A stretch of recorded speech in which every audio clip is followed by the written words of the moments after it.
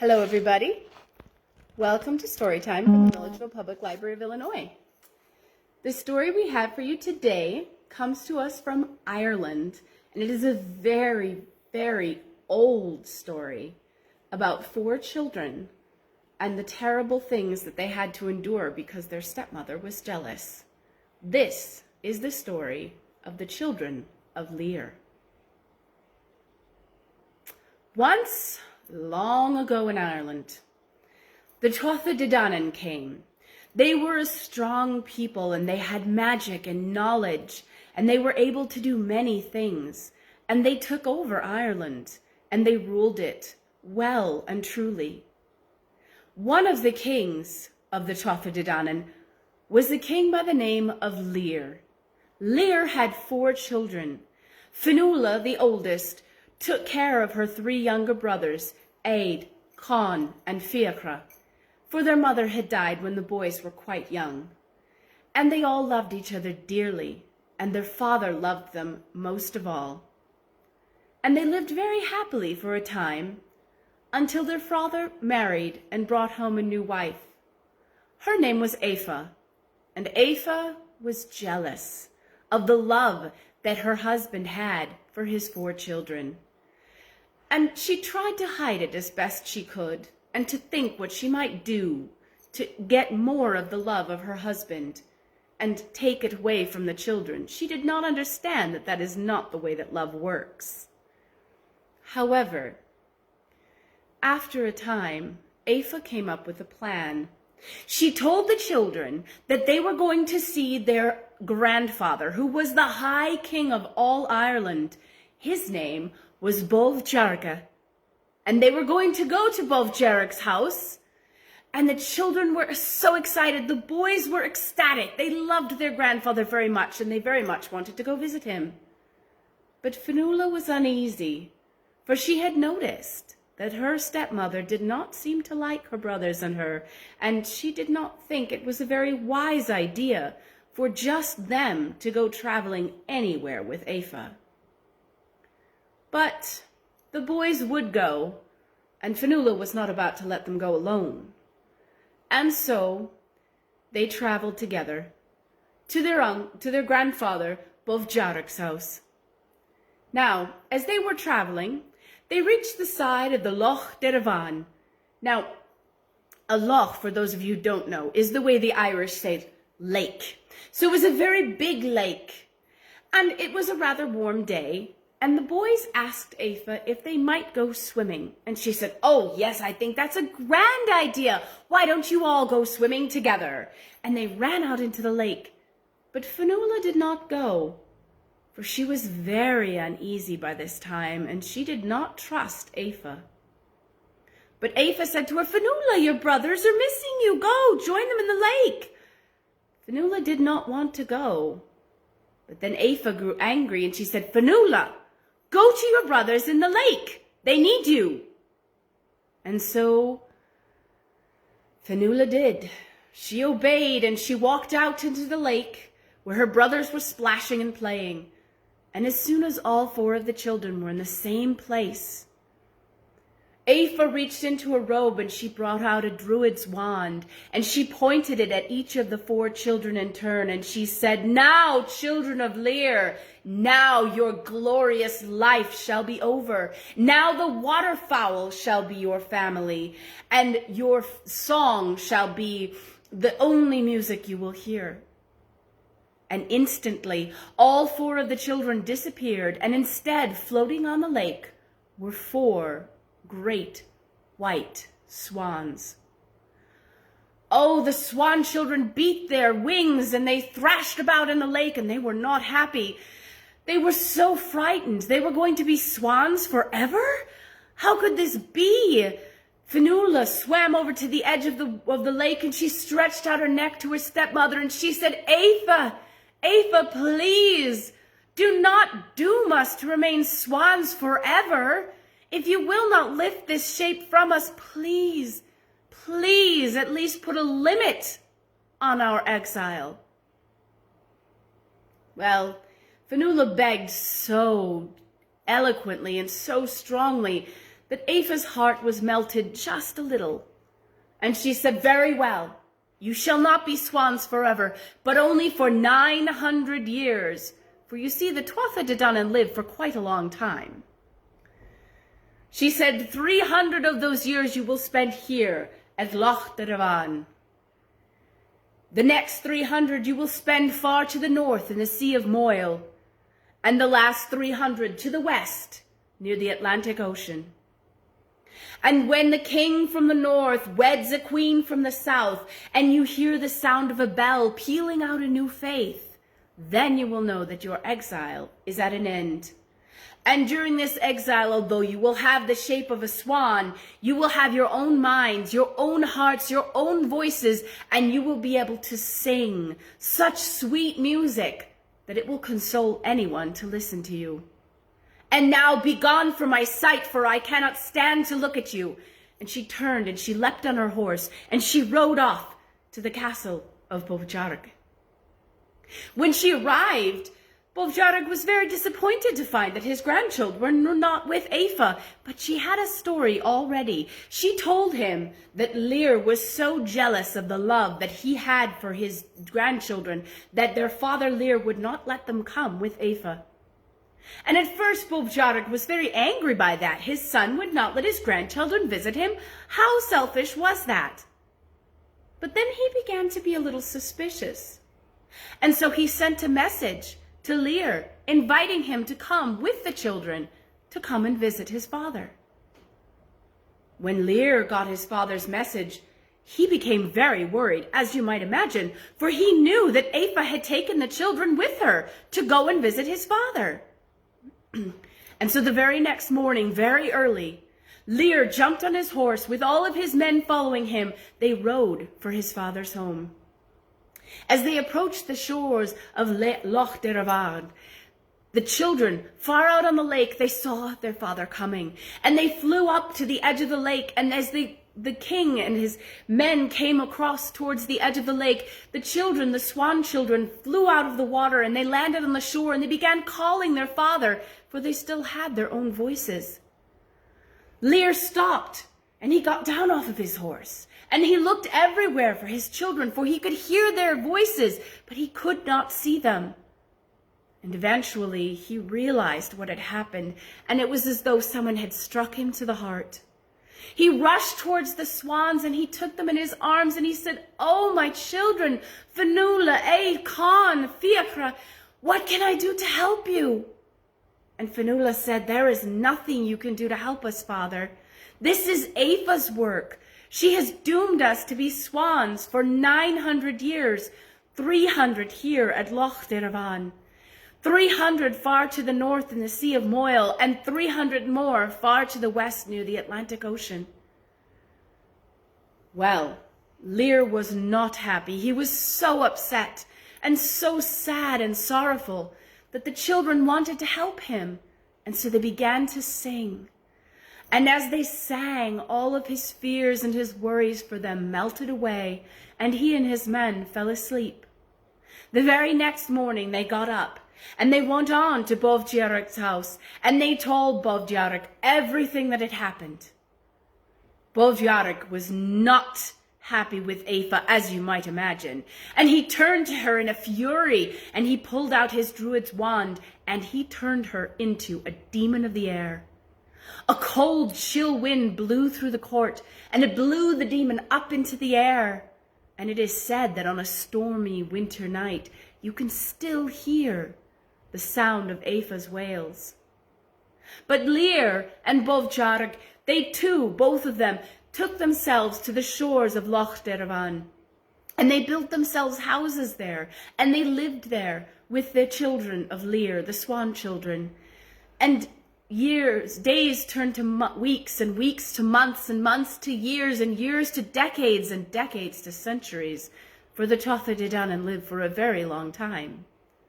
But one day, Fionnuala knew that the 300 years on Loch Dervan had come to an end, and it was time for them to move on. And so she sang a farewell song to her father and her grandfather and all of their people, and her brothers joined her. And the very next morning, The four swan children rose into the air, circled the sorrowful crowd of people below them, and flew north to the Sea of Moyle. Now the Sea of Moyle is a very, very desolate section of water between Ireland and Scotland, and it is battered by storms. The hail and the snow fall in the winter, and in the summer the windy gales would blow the children back and forth between all of the rocks. One day, in fact, a storm blew up that was so strong, the lightning split the sky, and for days the four swan children were beaten about by the winds and the waves, and they were all separated. When the storm finally ended, Fionnuala could barely fly above the surface of the water, but she managed to struggle to get to the seal's rock, Carrignarone. And when she arrived at Carrignarone, she looked and she looked and she looked and she called for her brothers, but she could not see them and she could not hear them. She settled herself on the rock and thought that perhaps if her brothers could find their way there, they could all be together again. Before too long, she saw a swan flying across the water to her, and as it got closer, she could see that every time it flapped its wings, the tips of its feathers fell into the sea. It was Conn, and eventually Conn managed to make it to the rock, and when he climbed up onto the rock, Fionnuala tucked him under her right wing. And after a little while, they saw another swan struggling across the water, and it was Fiachra. And he climbed up on the rock, and Fionnuala tucked him under her left wing. And a little while later, another swan struggled and struggled and struggled, and it was Aed. And he had finally made it to them. And when he came onto the rock, he snuggled himself down under the feathers of Fionnuala's breast, and together they rested and regained their strength. The 300 years in the Sea of Moyle were hard and difficult, and they seemed to last forever, for the storms were strong, and in the winter that was so cold that their feathers felt brittle. But eventually the 300 years passed, and the children rose from the Sea of Moyle, and Fionnuala said to her brothers, "We can fly over Father's house and see Father before we go on for our last 300 years in the west by the Atlantic Ocean." And so they flew over the coast and over into Ireland, flying towards the home where they had known. But as they flew across the sea, across the land, it began to grow familiar. And as they looked and looked for their father's home, they could not find it. They found the hill that it used to sit on, and they settled down onto the ground. But all of their home was gone. It was just tumbled earth and rocks. The Tuatha De Danann were gone. They had gone underground, for a new people were come to Ireland. And the Tuatha De Danann now lived in the Shees, in the hills, and in the rolling turflands, underground. The children were so sad. They wandered about and they remembered how their house had looked on that fateful day when they had left it with Aoife. And then, keening a mournful song, they rose from the ground, said their last farewell to their place of their birth, and flew off to the west, onto the coast of Ireland.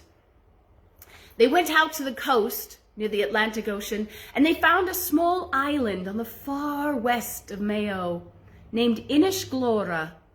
And there was a quiet inlet there with a little lake, and they settled there, for it was a much quieter place than their last home had been. And they would sing their beautiful song, and all of the birds would come from all of the surrounding islands to listen to the beautiful music. Now, as I said, the Tuatha De Danann had gone underground, and they had become a legend. The children of Lear had indeed become legends themselves, and the people of the land now worshipped the Christian God. But there were those who still told the old tales, and there were those who still believed them to be true. And one of those who believed them to be true was a hermit, whose name was Mochív. Mochív, he believed that the story of the children of Lear was true, and he had heard of the beautiful swans who sang the most beautiful music on the Isle of Inishglora. And he thought that perhaps the time might be coming near for the children of Lir to be freed from their enchantment. And so Mukivog, he went out to Inishglora, and he built a little chapel there with a little bronze bell. And every day as he would go to his prayers, he would ring the bronze bell in hopes that the children of Lir might hear it, the bell pealing out a new faith, and might feel a little comforted. Well, one day it was very still. There was no wind to interfere with any sound. And Mokivog went to his prayers and he rang the little bronze bell. And as he knelt at his prayers, suddenly he heard the most beautiful sound. For Fionnuala had heard the sound of the bell far out on the lake where she was. And she knew that it meant the end of their exile was near. And so she had begun to sing the most beautiful, joyous song, and her brothers had joined in. When Mokivog heard it, he went running out to the side of the lake, and he called out, "Children of Lir! Children of Lir! It is for you that I have come here. Come and share my hut. I will take care of you, and I will make sure that no harm comes to you." And the 4 children came in, and they swam in towards the shore. And then Fionnuala decided that she trusted this kindly looking man. And so the 4 swan children came up out of the ocean, and they waddled up onto the rocks. And Mokivog took them into his hut, and he showed them that he had made a silver chain for them that they could wear about their necks so they would never be separated again. And very happy and peaceful, they settled down and they lived with Mokivog in his hut. Well, one day news reached the island that Liargrin, the king of the north, had married the queen of the south. And this was the last thing that needed to happen to break the children's enchantment. Well, as a wedding gift, the Queen of the South had asked Liargrin for the 4 swans that sang on the Inishglora, on the Isle of Inishglora, for she had heard of them in the south and she wished to hear their music. And so King Liargrin had gone to Inishglora and he demanded of Mokivog that he turn over the 4 swans. Mokivog said he could not do that, for they were not his to give. Liargrin was not happy to hear that, and so he picked up the silver chain that was lying there, and he began to drag the 4 swans out of the hut. They fought him as best they could, and after a short while, just as they left the hut, suddenly they stopped fighting. Liargrin turned around in surprise to see what was going on, and Mokivog looked as well, and suddenly, to their horror, they found that the swans were changing, becoming taller. They were standing up, much taller. The plumage was falling away, and suddenly, there in front of them, were 4 very old, very frail people. They fell to the ground without the strength to even stand on their feet. Mokivog cried out, and he ran over to try to comfort his 4 friends. And Fionnuala said, "Do not cry for us, my dear friend. We are dying, but we have lived a long life. Please, will you bury us here, where we were found happiness and peace?" And Mokivog promised that he would.